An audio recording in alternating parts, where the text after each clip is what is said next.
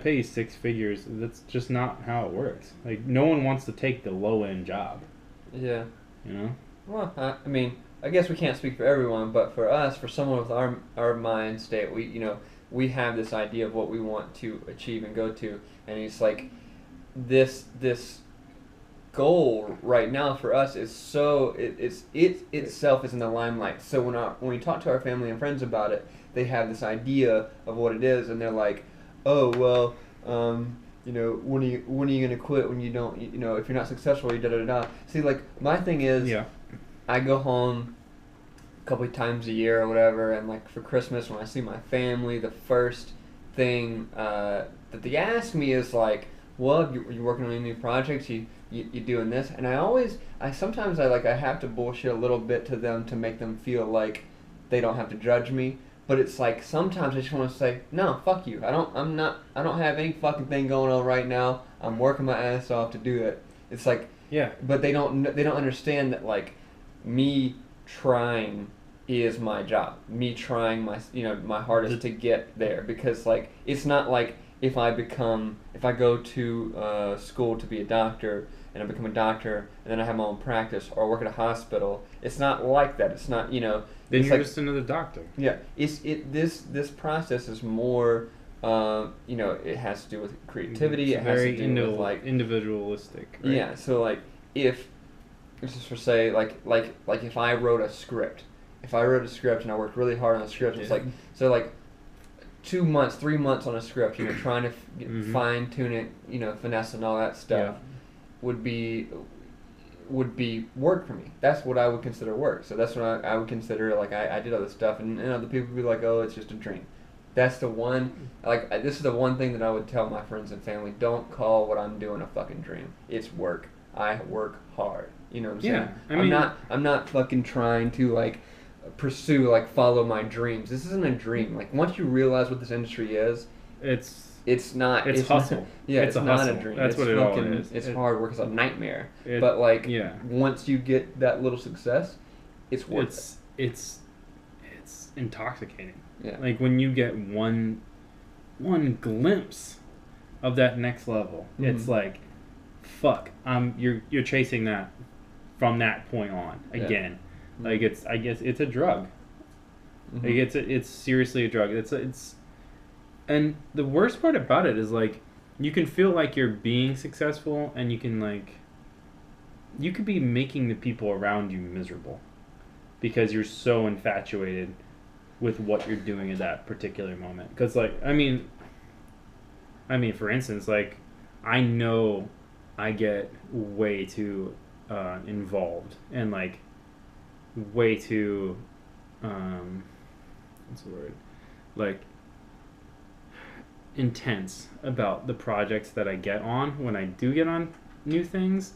Like I get really into it because that's what I want to do, but I know it's not cool for like say my fiance or like people around me. Like I know it's not, because I know I'm being a dick, but it's so far in the back of my mind knowing that that I'm not like apologizing for it, I guess, up front, or like not acting on like, yo dude, you're being an asshole, like don't. Yeah, I've had that several times, and I've actually lost a few girlfriends because of it. That's the relationships in this thing are like not cool. Like there's a bunch of people I know that just they can't hang. No, we're pretty lucky, I think. Personally, I am for sure. My chicks put up with way too much shit, but she's rad. So, there's just like that. The other thing, that going back to like being when you get success, like I feel like, I think that's a main reason I wanted to start this, is because like, so I haven't been on a new project in a minute, right? And that part of my brain that feeds on that work has been barren. It's been so fucking frustrating and just nagging at me like, you need to be doing something. You need to get off your ass and do something, So like I think that's the base. I mean, I've talked to you about starting a podcast for like what? Oh, it's been a while. For probably the last 6 months. I'm like, hey, I'm gonna do it. I'm gonna do it. I'm gonna do it. Yeah, I did it. So we're there. Yeah. We're refining. And this is one of the accomplishments. Like, you know, it doesn't seem like. Yeah, you know, it's weird because you're not going to have, you know, the podcast that you hear, like the most famous podcast, like all that stuff at the very start. But like and then the people don't understand that. Like say if I said you told my family I was doing this. Mm-hmm. I'm not like trying to down my family. Where they love me and support me. They've been with me the whole fucking time. But let's just say like I told a friend this or whatever, and I said, you know, hey, I'm you know, doing a podcast now or whatever like that. It's just like, oh, like, you know, like these people or like this. And I'm like, well, no, it's a little different, you know, whatever, da da da da. And then like, you know, how many listeners do you have? You know, well, fuck you. Like, how many listeners do you have? Exactly. It's like exactly. It's like you ain't got nobody. Shut up. Exactly. So. But like, it's all like, you have to take this stuff like one step at a time. Like everything kind of. It's a big journey. You know. It's a. I feel like more in this business than any other kind of is like you make your own path. Mm-hmm. You make your own story. You do what you can do, and then try to do what you think you can do. Mm-hmm. You know. And speaking. Okay. Well, finish. Okay, I'm finish that. But it was like, yeah, I think you think what you can do, and then if you can do it, fucking do it. You know, like. If you really want to give it a go, and like we know plenty of, you know, success. I mean, what society deems successful people. Me and you both know, you know, YouTube celebrity people and like actual celebrity people that make pretty good money. You know, like, but they're not kicking that down because they fucking worked for it. You know, that's when you feel like. I feel like in this business, if you feel like you're being successful, then it's only gonna bring you good vibes and like push that success on you. Yeah, like with the YouTube thing, like if I would have known YouTube was gonna be what it was gonna be back then, I would have started then. Cause like I was already making videos with my friends and stuff like that when I was in high school. Like I made home movies since I was a kid. That's always what I've always wanted to do. You know. Mm-hmm. But I do want to talk about something I saw today that, speaking of like success or whatever, there was this one time, and I don't remember, I think I went with you, or your roommates or something like that to Flappers. The first time I came to visit. Flappers. 2012. Yeah. Flappers is in Burbank, California. It's a comedy store. Comedy club. Comedy club. Was it for my birthday? I can't remember what it was. No, because I came out to visit in April. So, so they took. It wasn't with me then. If you didn't come, I've only been once. Okay. So some people took me. Yeah. The dude that took our tickets, like he's a stutterer, and he stuttered and like whatever, and like it's kind of one of those things like, you know, if you're an asshole, you're gonna say something about it, you know, whatever. Don't do that. It's stupid. Mm-hmm. But like, I didn't think anything of it. He took my ticket, and all of a sudden he's the first act of the show. And I was like, oh shit, this dude that was stuttering and was taking my tickets, you know. So he comes on, fucking hilarious. Killed it. And it was funny because, I thought that he was funny enough that he could do more than just talk about a stutter, because that was basically his set. His set was like, talk about a stutter, da da da. Yeah. The dude, not too long ago, was on, Good Conan or something? No, America's Got Talent or X Factor or whatever the fuck those shows are. One of those shows. And he got like the golden, whatever the top the thing golden is. fucking pass or whatever that went straight to Radio City Music Hall for the million. And so like, he like straight up just took. Now he's got like 90,000 followers on Twitter. Like he's like, you know, famous. He got shows. He's booking shows all over the place. Mm-hmm. And so like, it just goes to show you like, you know, if you know that you can. Do it. That you can do it, then do it. Like it doesn't matter like what you got going on or whatever. Like if you want to do something, do something. Apparently he wanted to be a comedian, so and he's funny. He is funny. Yeah, and he went and did that shit. So good on him, man. Yeah. So it was just, I thought it was funny that I saw him as a ticket boy, and then all of a sudden now he's the dude, a famous comedian. Well, yeah. Actually, I think the one time I went there, I think Josh Blue was taking tickets. You know who that dude is? He was on, I think that's his name. He was on, look him up. He was on that Last Comic Standing. He won the first season. Oh, yeah? Yeah, you'll know exactly who he is. That guy. You've seen him before. I'm pretty sure he was like chilling with the ticket kid when I saw him. He has some disability or something. He does? Yeah, it's something. Read the profile thing. Oh, I'm just looking at pictures of him. Yeah. Last Comic Standing show, yeah. Cerebral palsy, yeah. Yeah. He's super funny though. Yeah, he was. I think he's the headline act too. He wasn't the opener. And he's just like kicking it in the front door. It's kind of cool, but yeah, man. I don't know. What was the other thing you wanted to kick around? Well, we can bring it back to a lighter note about how about being a man and like what that means and failing at being a man. I fail at that hard. Yeah, that's the thing. In a lot of aspects. It's like especially like segueing from like being in this industry as an actor and like whatever, like you're not really looked at as like getting your hands dirty and you being like a man's man who fucking does shit.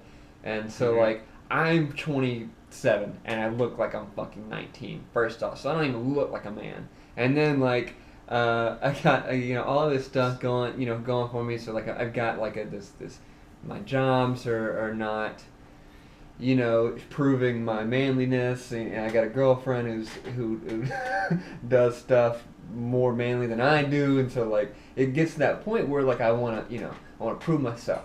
I want to do those manly things. I want to fix those things and like whatever. So yesterday, our kitchen light has been out for like too long, way too long. And it's one of those fluorescent light bulbs. It's like the long tube guys? Yeah, it's a long tube guy, but it's in this encasing, and it's this big. It's like grates and shit, but crates or whatever. And like, you can't pull the bulb out of the thing without like unscrewing and all this shit. I didn't even know how to do it, so I was just like, fuck. So I was like trying for a good 15 minutes because like if I didn't get that bulb out, I wasn't a man. No. I wasn't a man. If I couldn't get that fucking bulb out, I wasn't a man. So it's like, just a twist and pull. You realize that, right? No. I can twist and pull it out of there, but I'm telling you, like, you could not pull the bulb down from the thing because, like, it was like a thing. So much. There was like, okay, so like the way it worked was like this whole thing. There was like little crates you can pull off, right? But like the bulb was too long to come out of the fixture.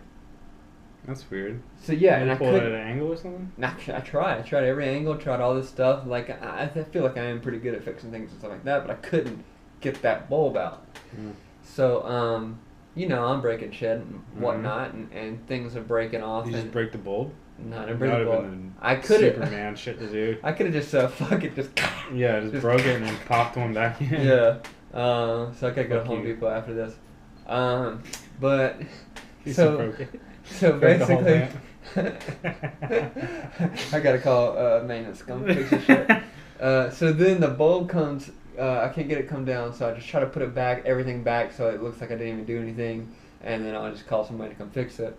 But in the while all this stuff was happening, something like went to my eye. Like a piece of whatever, I don't know what it was, dust, glass? dirt, something. No glass. Something's been chilling in that. Something's chilling in the old fixture that was dusty and nasty and gross.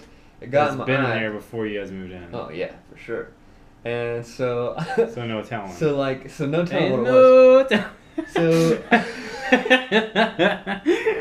So I got the I thought that I got it out, right? Whatever, it's fine.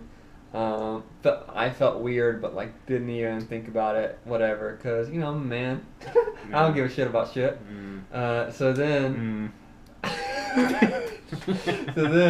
a couple hours later, I'm like, God, it feels like something's still in my eye. So it's something going on. I went to the mirror. I think. What? Keep going.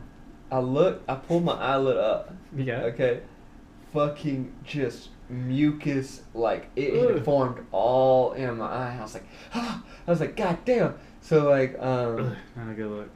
no, so like my fucking eye is producing all this nasty ass mucus and like whatever the fuck it is, and I'm like trying to get it all out, and so obviously I couldn't stop fucking with it all day long, and all night long, and I woke up today. It was yesterday. I woke up today. I was very crusty, and I might have an infection. Did you think you slept it all out though? I maybe, because it doesn't hurt, it doesn't bother me right now. I don't feel like I slept it all out. You know how like when you go to the beach you get like saltwater eyes, and then like you go to sleep and then you wake up and your eyes are like kind of crusty on the sides, and you like slept out the salt. I'm hoping. I hope that happens for you. That's fucked up. Like, cause I don't really want to go to the doctor and get antibiotics for. Nah, you really don't, man. You know. Sucks. That's not a good look. But I mean, like, being a man these days I feel like is not the same as being like the man, like a man, you know, air quotes or whatever.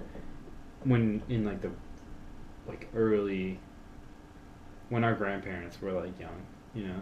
Yeah. So like, oh for sure. I don't know, like 40s and 50s and even below that, like the man is like the man is like the breadwinner, the dude that has the fucking suit, still comes home, cuts the lawn in the suit, doesn't give a fuck, has 9 suits.